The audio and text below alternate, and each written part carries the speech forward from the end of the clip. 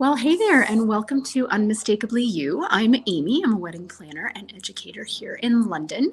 And welcome to our regular Wednesday night chat. I normally pop in here on Wednesdays at 8 p.m. I missed you last week because I was directing a production that was running, but it is over. I feel like I have, 5 seconds in my day to breathe, but we always fill that up with other things. So busy, which is why tonight I'm actually also not live. I do usually go live at 8, but right now I'm actually at a concert that my husband is playing. So as always, if you are joining me, welcome. If you're newly engaged, congratulations. If you've been with us for a while, thank you as always for ensuring that I'm not just kind of talking into nowhere.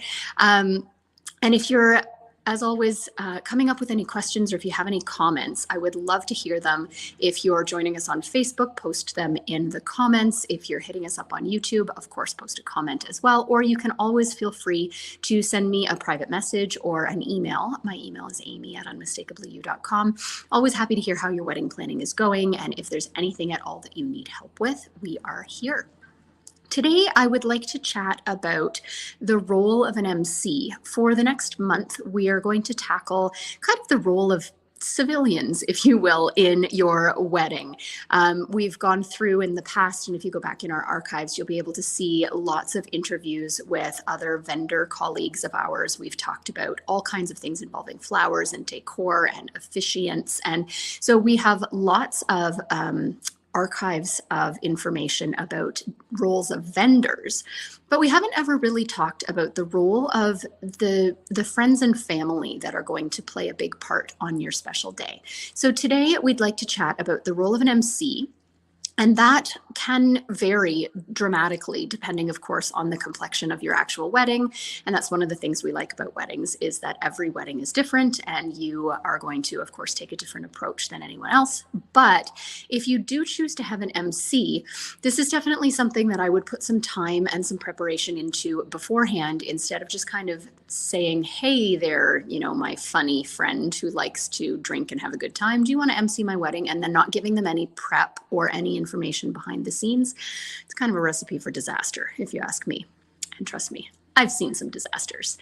So I wanted to talk today just about kind of the generic roles of an MC, how to choose an MC, and how to prepare them beforehand.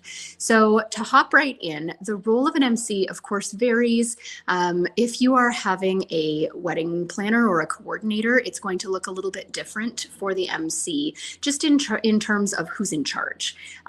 Anytime we work a wedding, we are always cognizant of the fact that the MC is a friend and a guest as well, or a family member and a guest, and that we don't want them to be worrying about keeping things on time and on track and not enjoying their evening. So we always touch base with that MC and let them know that we'll give them the cues. We're watching for things like catering service times and making sure that VIPs are in the room before we start anything. And so we always give the cue to the MC when we're on site before they do anything.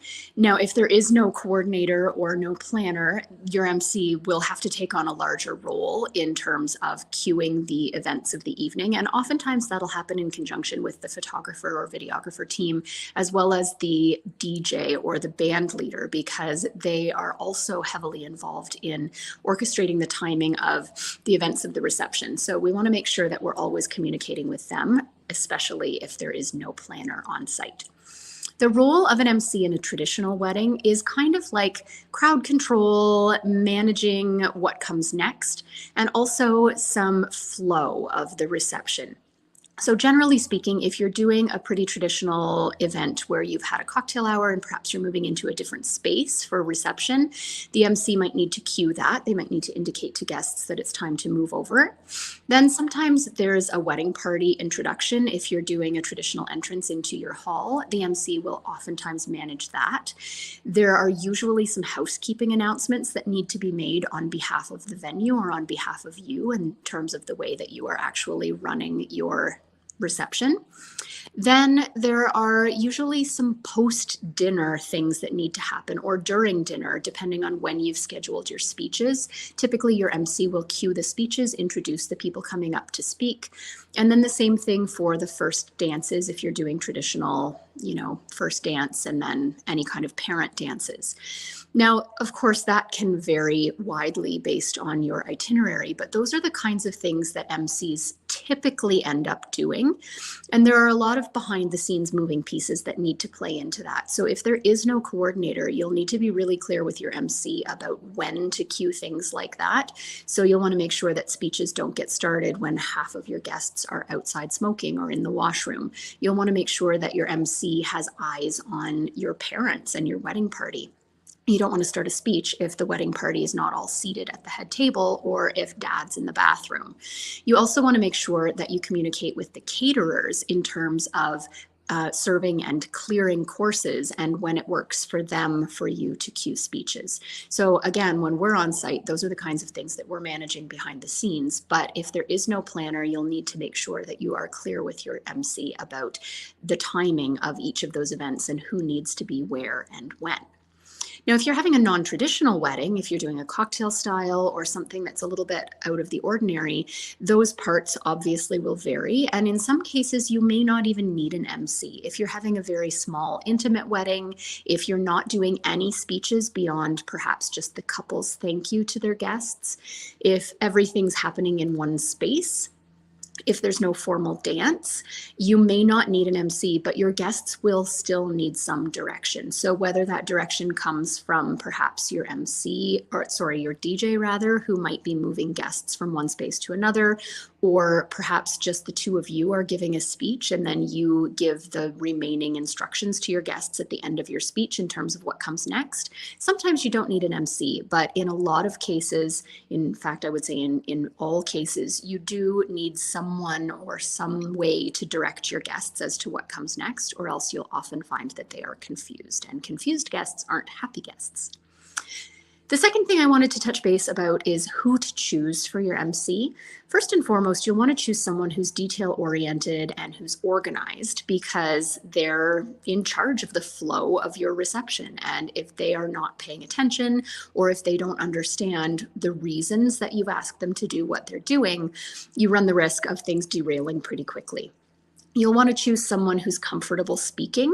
I've often heard that the two biggest fears across all humans are snakes and public speaking, and I can definitely attest to the former. So if you have someone who is uncomfortable or nervous in front of a mic, they're probably not a great choice. They'll probably say they'll do it because they love you, but maybe you want to choose someone who's a little bit more outgoing, a little more comfortable. They don't have to have public speaking experience. They don't have to be a member of Toastmasters, but someone who is not going to freeze up in front of a mic. You're also going to want to choose someone who maybe fits the tone of your event. If you're lighthearted and fun, choose someone lighthearted and fun. And if you are a little bit more sort of calm and laid back, choose someone calm and laid back. What you don't want to do, though, is choose someone who is going to be wasted. I've dealt with that. I remember a wedding years ago where the co-MCs actually were married, and the kissing game that they had to explain to the guests was one of those, demonstrate a kiss and the couple will mimic it. And so the MCs got completely plastered during cocktail hour. They demonstrated a kiss for the guests. They lost their balance, fell over, landed, and I'm not even making this up, they landed on the head table, which collapsed, shattering all of the vases and candle holders. And then guess who had to clean it up? That was me. So your MCs absolutely can have a drink, they're guests, but encourage them perhaps to wait until after their official duties are over, which oftentimes is once your dance starts. Again, if you're doing a traditional sort of dinner and then dance, oftentimes the MC will sort of abdicate their duties following the start of the dance, and then your band leader or your DJ will take over from there. You also don't want to choose someone who is completely dry and unengaging. It had that situation as well. A number of years ago, I had just the most boring, quiet, it was like pulling teeth to have any kind of personality from this MC. And it's not an engaging experience for the guests if the MC doesn't have some kind of personality. So you'll want to choose someone who knows you well, ideally, who in a perfect world knows both of you and is able to just kind of smooth over those transition times and capture the tone and the vibe that you want to capture in your day. In terms of preparing your MC before the event, you'll want to share your itinerary well in advance. That, of course, implies that you have an itinerary, which you will if you're working with us or with any good wedding planner. You should have an itinerary lots of time in advance. So share that with your MC and then go over with them the specific moments that you're going to need them to speak and the purpose of their speech at that time. It doesn't have to be a long, drawn out speech every time. Your MC may choose to prepare some well-written blurbs beforehand for each of those times when they'll need to introduce a speaker or introduce a dance. They may choose to just keep it simple and just introduce mom and dad to speak instead of giving a story or an anecdote or a joke beforehand. Depending on the vibe and the comfort level of your MC, they may prepare a script for the entire duration of the event, and they may have something specific to say at every possible interval, but you want to make sure they know exactly when you need them to speak and exactly what the purpose of that speech is. You'll also want to make sure, like I mentioned before, that you talk about the tone. You communicate if there are any potentially sensitive people there, like maybe grandma's going to be offended if you tell that story about that time in college. So make sure that you have those communications well in advance so that your MC can be prepared, because I'm clearly a type A human who likes to make lists, but most people will feel a lot more comfortable if they are emceeing your event, if they have the time in advance to prepare.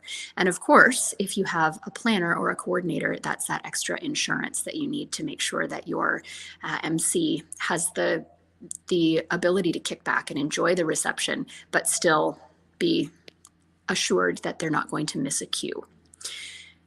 As always, thank you for joining me here today, and I have a free resource for you. If you are struggling or if you are looking to prepare your MC, I have a very, very detailed guide document that I would love to share with you for free. So just shoot me an email, amy@unmistakably.you.com, and I will send that document your way. Or if you are watching us on Facebook, send me a private message and I will be happy to shoot that resource over to you.